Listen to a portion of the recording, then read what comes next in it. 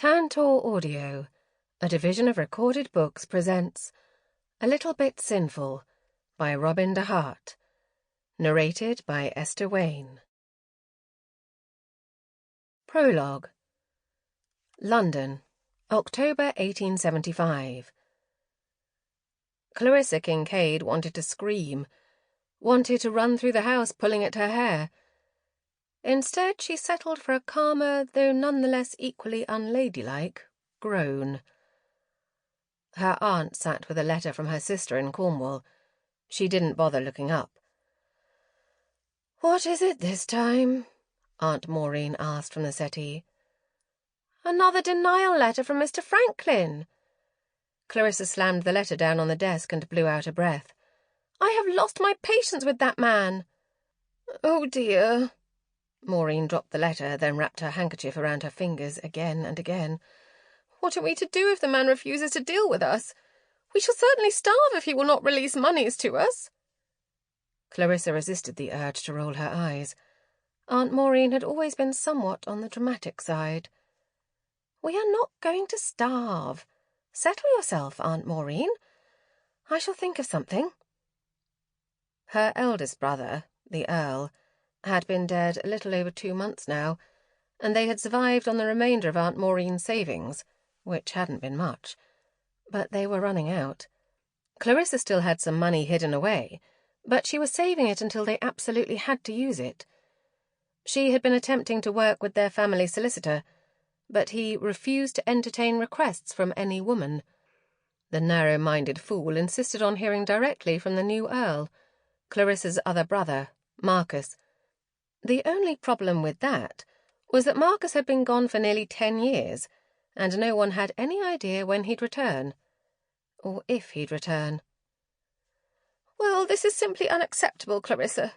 There must be something we can do," Maureen said. Her handkerchief now sat in a sad little ball upon her lap, and she'd begun working the fabric of her skirt. Clarissa needed to think of something soon before her aunt had worn through all of her clothing. "If only we had a more reasonable solicitor to work with," Maureen said. "Someone who would allow us some say in the matter, or at the very least be willing to communicate with us. This is simply dreadful." Precisely. Maureen was right. They needed a different solicitor. But where would they find one willing to work with them? And how was she to dismiss Mr. Franklin if he refused to communicate with her? Then it hit her, the idea forming in her mind rapidly. She pulled out a piece of parchment from her late brother's desk and poised pen over the paper. "You are brilliant." "I am? I am?" She eyed Clarissa suspiciously. "I know that look, dear. What are you doing?" "Something I should have done shortly after Charles died. I am dismissing our current solicitor and hiring a new one." Aunt Maureen shook her head in confusion. "Need I remind you that you do not have the authority to do such a thing?" "It is not I," Clarissa said in her most innocent voice. "This letter shall come from Marcus. It is time for him to do something worthwhile for this family." "And you know of a solicitor who will work with us until Marcus returns home?" Maureen asked. "Not exactly," Clarissa smiled. "But I hear that Mr. Ignatius F. Bembridge, LL.B., is quite forward in his thinking." Maureen frowned. "Who might he be, dear?" Clarissa stood, leaned forward across the desk, holding out her hand toward her aunt. "Mr. Ignatius F. Bembridge, at your service. A pleasure to meet you." "Oh, we are doomed," Maureen said, not bothering to shake Clarissa's hand. Clarissa stepped around the desk and went and sat next to her aunt. "Do not fret. I shall study Charles's books and learn about our properties and what needs to be done. But someone needs to be in charge of things until Marcus can return. It might as well be me."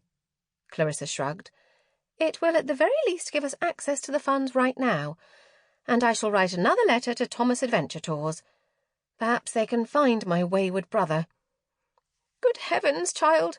What if someone discovers what you're about?" She retrieved her sad wad of a handkerchief and began to worry the fabric again. "They won't. It shall be our little secret." Chapter 1. London, June 1876. Clarissa was in love. As fortune would have it, she was fairly certain that he felt the same for her. She smiled up at George Wilbanks as he walked next to her in the park. He was so handsome, with his dark blonde hair and striking green eyes. Every woman in London envied her time with George, but it had become quite evident that he only had eyes for her. He never took any other girls to the park for a walk. He always brought her daisies, which had never been her favourites, but she knew that they meant love, though there were some who would argue they meant innocence. But what did they know? It had also been a full 2 months since he had danced more than one dance a night with any girl other than her. But in Clarissa's mind, the walk was proof enough. This had become a ritual for them. Every Wednesday afternoon they met and walked in the park, side by side, together, with her Aunt Maureen walking behind them several paces. Some days her friend Ella and her brother Victor would walk with them, but today they were alone. "The weather has been quite unpleasant lately," George said. "Indeed, all the dampness. It's so dreary. Not at all the manner of weather one would prefer for the season." They had so much in common, agreed upon so many things. They would make a perfect pair. Some day, when they were finally able to marry. At the moment, George was waiting. His father was stern and not an altogether pleasant man, and he was stingy with George's rightful inheritance.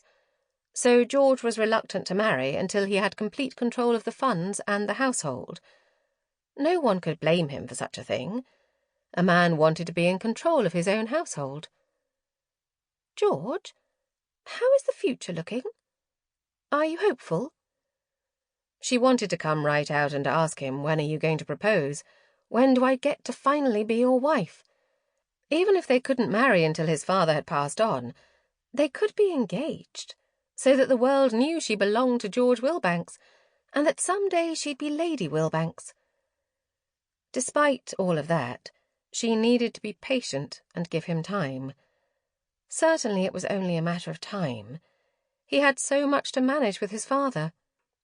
"The future looks good, though you know my father is still as healthy as they come," he said with a chuckle. "Perhaps some would think I'm a black heart for speaking of my father in such a way. Who else is waiting for their own parent to die simply so they can begin living their life as they see fit? I do hope you don't think ill of me." "No, of course not," she said, giving him a warm smile.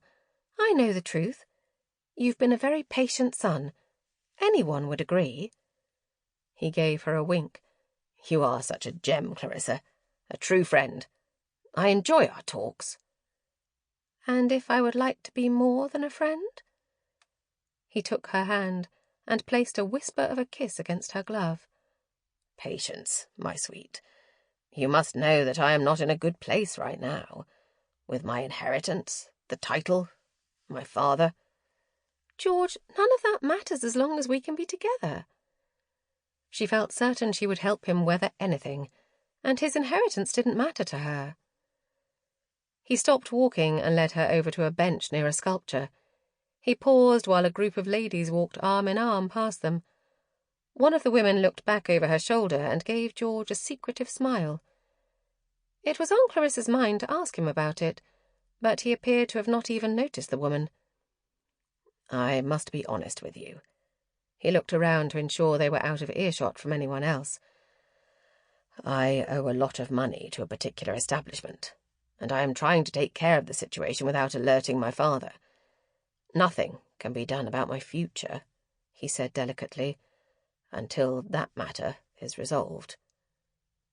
She looked up at him and grabbed his hands, then came to her senses and abruptly dropped them.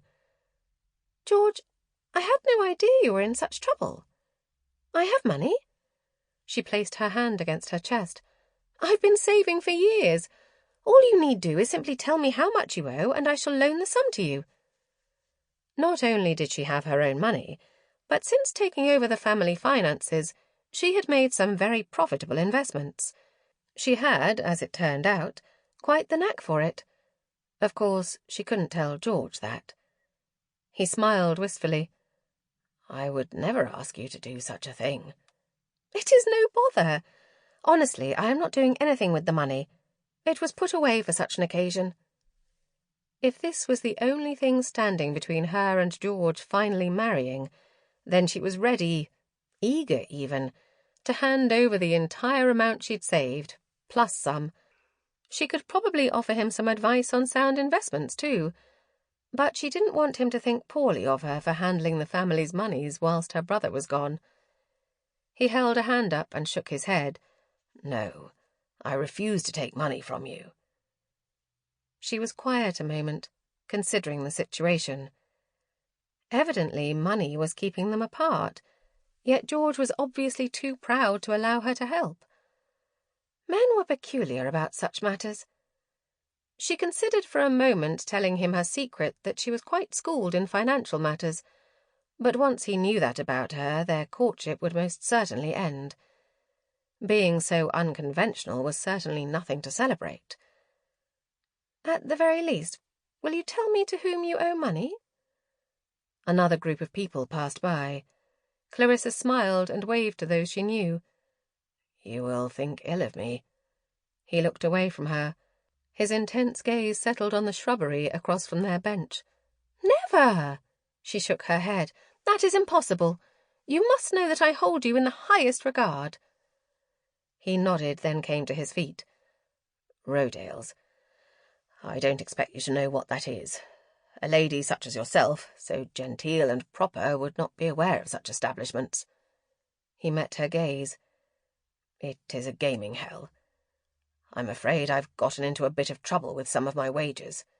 It's a wretched vice, certainly not one acceptable to a fine, upstanding lady." Gambling. She knew that some men struggled with the vice, but she had not expected it of her George. Still, it changed nothing with her feelings for him. If she was to be his wife, she would assist him in any way she could. She stood and gave his arm a squeeze. "Do not fret over such matters. Your admission has changed nothing about you in my eyes." They began walking again. She knew what needed to be done now. If her suspicion was correct, then Rodale's could belong to only one man, and she felt certain Justin Rodale would do her a favour. Clarissa had selected her attire with great care. She knew that during this particular outing she could not draw attention to herself, so she donned one of her black morning dresses and a hat large enough to cover most of her face. When she'd purchased the hat, it had come with too much plumage, and she'd ripped out the feathers, leaving it a simple black hat with cream-coloured chiffon ribbons. Even as modest as the hat was, she worried she'd stand out too much. She fretted over the hat the entire carriage ride. Nerves beat wildly inside her stomach. This was not something she would normally do, going to visit a gaming hell. But she had no other choice. There was even an ancient proverb suggesting such a thing, requiring desperate measures during desperate times. The carriage rolled to a stop. She sat still, hands folded in her lap. Men's voices filled the street that awaited her. The driver opened the door to the carriage, and she did her best to gather her wits. She swallowed, willing herself to be brave. This was something that had to be done, especially if she wanted to be married by the end of the season. Considering she was rapidly approaching 24, she most assuredly wanted to be married as soon as was possible. Using that very thought to bolster her courage, she stepped down from the hired hack and straightened her pelisse. "Wait here for me," she told the driver, "and I shall pay you extra." Despite the late hour, the street bustled with activity. She tried to glance around without revealing too much of her own identity, but she would draw even more attention if she fell on the street in a heap of black wool. 2 men walked up the street toward her, presumably heading directly to the establishment she too sought. Clarissa realized with alarming clarity that she knew one of the men, had just danced with him the night before at the Millertons' ball. She stepped out of their way and looked down at her shoes. Both men stepped into the gaming hell, and the door closed behind them. For a moment she considered climbing back into the hack and going straight home. As it was, Aunt Maureen thought Clarissa had gone to bed early with a sour stomach, but she could not allow fear to prevent her from helping George. If she didn't take care of this matter now, there was no telling how long it would take George to handle it. No, this was something that had to be done. She felt for the bag at her wrist with all of her money tucked inside. With a hearty breath, she took the steps leading to the unmarked red door. She didn't even have to knock. The door simply opened as she lifted her hand. Noise and smoke poured out of the door. She couldn't see much, but spied a buxom woman sitting atop a man's lap while he examined his cards. A large, beefy man stepped into the doorway, effectively blocking her view of anything save his barrel chest. She tilted her head to see his face, though kept one gloved hand to her hat, in case she needed to quickly cover herself. His thick eyebrows rose as he took in the sight of her. "A lady don't have business here," he said brusquely. "I should like—" She cleared her throat behind her black lace glove. "That is, I need to speak to Mr. Rodale, if you do not mind." "Mr. Rodale is otherwise engaged," the man said, brazenly mocking her speech. "I have it on good authority that he is here most nights." 3 men came up behind her. "Are you lost, my lady?" one of them asked, then laughed heartily. The man at the door moved her aside and admitted the 3 men before once again blocking the door. She grabbed the bag at her wrist, hoping the reminder of why she was here would push her forward. "It is imperative that I speak with him." She tapped her foot in hopes of appearing more courageous than she actually felt. "Now!" The man eyed her for another minute before making a low, growly noise. "Wait there." Then he slammed the door in her face. She moved over to the far side of the stoop to allow any other patrons to enter the establishment without her being in the way, or really being seen. After what felt like a quarter of an hour, a man stepped out of the building. The beefy man stood behind him. "That's her. Said she had to speak with you. It was imperative." Again the man mocked her speech. It was not her fault she was well-bred and educated. "I'll handle matters from here, Clips. You go back inside and keep an eye on things." He turned to face Clarissa. "I am Mr. Rodale. What is so important?" His voice was different than she remembered. Deeper, darker even, but still that hint of a French accent he'd tried so hard to rid himself of when he was a boy. "I need to speak to you," she said dumbly. She mentally shook herself, then took a chance and glanced up at him. From this angle, the best she could do was get a look at his cravat, which was loosely tied at best. Where they stood now, with the light hanging next to the door, anyone walking by could see her. "Could we speak down here on the street, where it is more private?" She didn't bother waiting for him to answer, merely took the steps back down to the sidewalk. "What is this about?" he asked, his voice sharp with irritation. She looked up at him again, this time tilting her neck far enough to see his face. She could see bits of the boy she knew in the man before her, the same amber-coloured eyes and olive skin, but she had not been expecting him to be so startlingly handsome. So tall and athletic and masculine, he was beyond dashing. She sucked in her breath at the same time his brows shot up. "Chrissy, is that you?" He grabbed her by the elbow and pulled her more into the shadows. She closed her eyes against the wretched childhood nickname. "Please do not call me that," she hissed. "In fact, do not say my name at all. I should not be here, but I needed to speak to you immediately." He grinned. "Miss me after all these years?" "I do not." Though, admittedly, that smile of his did make her wonder what he'd been doing the last several years. She shook her head. Now was not the time to reminisce. "I came to discuss a certain debt with you. Can I be assured of your discretion?" "Clarissa, you are affecting the discretion of my establishment by being here. This is no place for a woman of your breeding to be seen." He glanced around them to ensure they were still alone. "What the devil are you doing here? You could have sent a post." "I would like to pay the debts of Mr. George Wilbanks." His warm caramel eyes narrowed. "What?" "You heard me." She indicated the purse hanging from her wrist. "I brought the funds. Now, if you could please tell me precisely how much he owes, I will gladly pay the sum." "Have you completely lost your senses?" Justin's jaw clenched. How had she not noticed his handsomeness when she was a girl? He'd simply been her brother's friend, and one whom she hadn't even deemed appropriate for Marcus to have.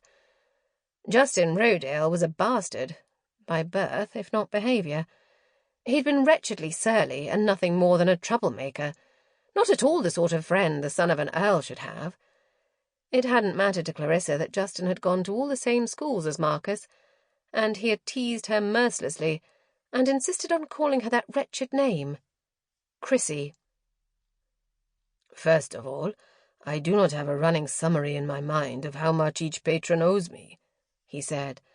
"I have far too many patrons for that. Secondly, I am not at liberty to discuss a man's debts with a woman who is not either his mother or his wife, and even then I probably would still refuse to disclose information." He paused a moment and eyed her. "Who is this man to you, Chrissy?" "A friend," she said carefully. There was no need to tell Justin any more than he needed to know. "The fact of the matter is that George is far too proud a man to accept a loan from me, so I thought to pay off his debts myself." A crowd of men poured out from the establishment and onto the streets. They spoke loudly, cursing and laughing. Clarissa looked down to her boots until they had all passed. One stopped just shy of her, and she held her breath, afraid someone had recognized her, but the man started walking again. "Do you know George?" she asked. Justin nodded, drawing attention to his hair that he kept far too long. The waves at the back brushed his collar. Scandalously long. Not at all like George's hair, which he kept well trimmed and manicured. "I know who he is," Justin said. "And will you allow me to pay off his debts?" "I will not." She frowned, wrapped her arms over her chest. "And precisely why not?" "Because he doesn't owe me any money." 2 months later. They had been at the tea and card party for nearly an hour, and Clarissa was already poised to stick a hatpin in her eye. Granted, the average age of the women in the room hovered somewhere near half of a century, still, normally, Clarissa found it rather easy, if not enjoyable, speaking to people. Today, though, she was in no mood to be congenial. She had only recently passed through a personal scandal, and fortunately came out on the other side with her reputation mostly unscathed, all thanks to her new sister-in-law, Vivian. It seemed much longer than a mere 8 weeks since Clarissa's long-lost brother had returned to London, and then met and married Vivian amidst a slight scandal of their own. Now the newlyweds were honeymooning, so Clarissa was once again left to her own devices, a situation her aunt said always got Clarissa in trouble. "Clarissa, dear, it's your turn," Lady Vesper said gently. Clarissa looked up at the older woman, who smiled warmly at her. They were playing whist, and it was her turn. She glanced at her cards and selected one at random and tossed it down. It was unusual for her to be feeling so disjointed and rather unsocial. But her dear friend, Ella, had expressed concern when they'd first arrived. Concern for her family's financial situation, a situation Clarissa felt certain she could help with. Despite the fact that Clarissa told Ella nearly everything, she had never disclosed to her friend when she'd begun posing as Mr. Ignatius F. Bembridge. Suffice it to say, Clarissa was thoroughly distracted. Normally, she was able to put her focus directly on the people with whom she was conversing, but today her thoughts were elsewhere. So, instead of listening to Lady Vesper recount all the hilarity she witnessed the night before between her dog and her husband, All Clarissa wanted to do was pull Ella aside and procure additional details of the situation. If she were to offer her help, well, Mr. Bembridge's help, then she needed to know what she'd be up against. It wasn't in her nature to be so unconventional. At least, it shouldn't be. Her late sister-in-law, Rebecca, would be so disappointed. Rebecca had been married to Clarissa's eldest brother and had practically raised her. The woman had done her level best to teach Clarissa to be a perfect lady, something she still strived for. Still, she'd done what she'd done out of necessity, and damned if she couldn't do it again to assist her dearest of friends. "Clarissa, it's your turn," Ella said, nudging her with her elbow. "Again. Honestly, you haven't paid a lick of attention to this game." Clarissa looked up and smiled. "My apologies. I'm afraid I'm a little scattered today." "I'll say," Ella said. She dropped her own card onto the table. "What has your mind so consumed?" "She's probably mooning over that fellow she fancies so much," Lady Vesper said. Lady Vesper's cousin, Agatha, smiled. "Oh, are you betrothed to a handsome gentleman?" Ella shot Clarissa a look. "Nothing so official," Clarissa said. "Oh, my apologies," Agatha said. "It's no bother, truly." The last thing Clarissa wanted was for any of these women to pity her. She'd had more than her fair share of such glances to last her a lifetime. She'd always been the girl whose mother had died in childbirth. Clarissa smiled reassuringly. "I'm merely a feather-brained today, I'm afraid." Lady Vesper went back to talking about her dog. Ella frowned at her. "What are you thinking about?" "You, goose. I am concerned about what you told me. I do wish we could discuss it more. I believe I could help," Clarissa said. Ella smiled. "Precisely what I was hoping you'd say. I know you've spoken so highly of Mr. Bembridge. I was hoping you could set up a meeting between him and my father." Clarissa looked down at her cards and tossed one onto the table. "Yes, I'll see what I can do. He is rather shy, though. Painfully so, I'm told." "Haven't you met him?" Ella asked. "Not precisely." Ella frowned. "Then how did you go about finding him?" "I saw an advertisement. Can't recall where, though," she said. She hated lying to her friend, but the truth would be devastating to Clarissa's reputation. "I'm not certain my father would hire a solicitor he hadn't even met," Ella said. If Marcus were here and not on his honeymoon, then perhaps he could vouch for Mr. Bembridge enough to convince Ella's father. What was it about men that they felt they could only trust information if it came from another man? But what other man was there for her to trust with this secret? Chapter 2. Justin stood at the large window overlooking the gaming hell floor. Rodale's was full tonight. The card tables were full, as were the dice tables. Over in the far left corner a group of men huddled, cheering and passing the wager book around. At that moment, Clips, Rodale's assistant manager, stepped into the office. "What has them so riled up tonight?" Justin asked. "It would seem that Will Banksfellow's father has made a decree that he must marry before the Viscount dies. So they're making wagers on which chit he'll choose." George Wilbanks. The same man Clarissa Kincaid had offered to pay off the debts only 2 months before. Debts that hadn't even existed. Justin needed to get a look at that wager book, see if Chrissy's name was on the list. He'd wait until the excitement died down and then go take a peek. A half an hour later, Justin made his way downstairs to check out the wager book. It was filled with all manners of wagers, from what sex Lord Fairfield's new child would be to whether or not Fiona Miller would ever agree to one of the many proposals she'd received. And then Justin came to the page regarding George Wilbanks's situation. There was a list of girls, 7 of them, and by each name there were stakes and odds, numbers and projections. Clarissa's name was, in fact, on there, and she and one other girl were leading in the group. the two most expected to garner marriage proposals from Willbanks. Sample complete. Ready to continue?